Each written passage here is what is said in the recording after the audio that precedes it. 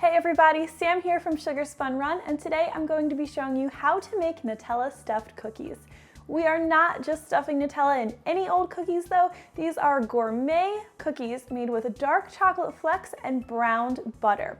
Now if you've never made brown butter, I'm going to walk you through the steps really quickly. This recipe uses a cup or 2 sticks of brown butter. So to make the brown butter, you'll want to cut your butter up into tablespoon-sized pieces and place this in a small saucepan over medium-low heat. What we'll do is we'll use a wooden spoon to stir the butter until it's completely melted, and then we'll turn the heat up just a notch to medium. We'll cook this butter, stirring it constantly until it begins to crackle. Once it's crackling, keep stirring. What we're doing is we're cooking out all the liquid and we're going to be browning that butter, giving it a rich, nutty flavor. Continue to stir your butter constantly while it's crackling and popping. Once the butter starts to get those brown flecks in the bottom, you'll want to remove it from your heat and continue to stir it. And then we will pour this brown butter into a large heat-proof bowl, and then we'll want to let this cool for at least 20 minutes. We don't want to use super hot butter for these cookies, so we'll let that cool and we'll move on to the next step, which is our Nutella filling. You will need about a cup of Nutella for this recipe. We are going to scoop this by about 2 teaspoon-sized scoops, and I always use my 2 teaspoon-sized cookie scoop because it just makes things easier, but you can just use a spoon if you don't have one. And we're going to drop this on a wax paper lined cookie sheet or a large plate. This recipe makes about 20 cookies, so you're going to need about 20 scoops of Nutella. All right, once you have your Nutella portioned, now we're going to take this over to the freezer and we're going to freeze these little Nutella balls until our cookie dough is ready. Now that our Nutella filling is freezing, our brown butter still probably needs a little more time to cool, so let's go ahead and prepare our dry ingredients. For this recipe, you're going to need 2 3/4 cup plus 2 tablespoons of all-purpose flour. Then we'll add 2 teaspoons of cornstarch, 1 teaspoon of baking powder, 1 teaspoon of baking soda, and 3/4 teaspoon of salt. Use a spoon to stir everything together until it's well combined. All right, with our dry ingredients mixed together, now let's move on to our wet ingredients. Now, I do want to note that you do not want to jump over to mixing your wet ingredients together until your brown butter has cooled. You want it to no longer be warm to the touch. Otherwise, you could end up cooking your eggs and melting your sugar and you'd have a huge mess on your hands.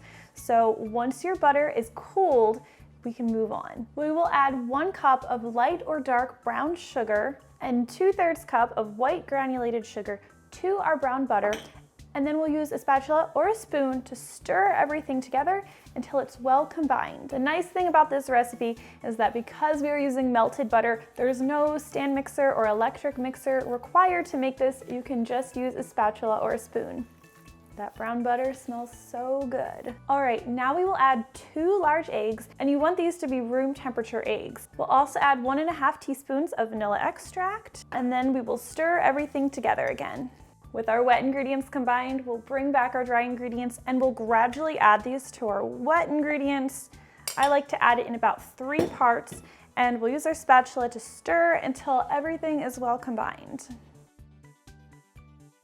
All right, we can set that cookie dough aside for now, and the last thing we're going to need is a bar or 4 ounces of dark or semi-sweet chocolate. We are going to chop this up really finely. What I like to do is I like to use a knife and cut it almost like I'm mincing garlic so that the pieces of chocolate are really fine shards. And add that chocolate to your cookie dough. We will stir this chocolate into our cookie dough until we have chocolate flecks all throughout. Okay, this dough is going to be a little sticky now, so we are going to put it in our fridge and let it chill for about 15 to 20 minutes to make it manageable and easy for us to fill with Nutella. Meanwhile, we can preheat our oven to 375 degrees Fahrenheit and let that get ready for our cookie dough. Once your cookie dough has chilled, you'll remove that from the fridge and you'll also grab your Nutella filling that we've frozen. Now we're going to scoop our cookie dough by about 1½ tablespoons.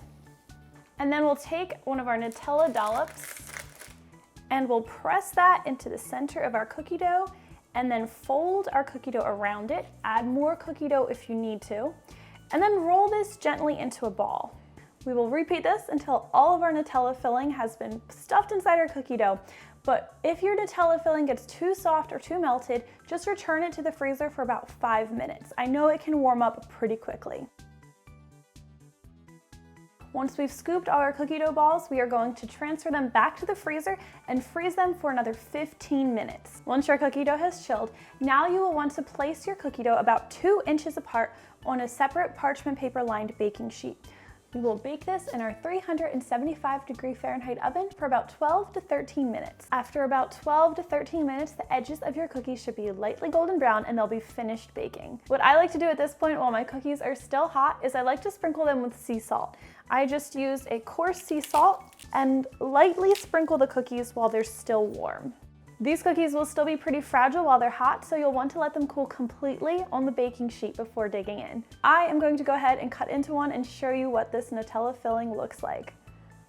Look at that. These cookies are so good with their browned butter and the chocolate flecks, and especially with that gooey Nutella filling. And don't skip the sea salt. That is such a nice, extra simple touch that makes these cookies super gourmet. I really hope you guys will try out this recipe, and if you do, please let me know what you think. Thank you so much for watching, and I will see you next time.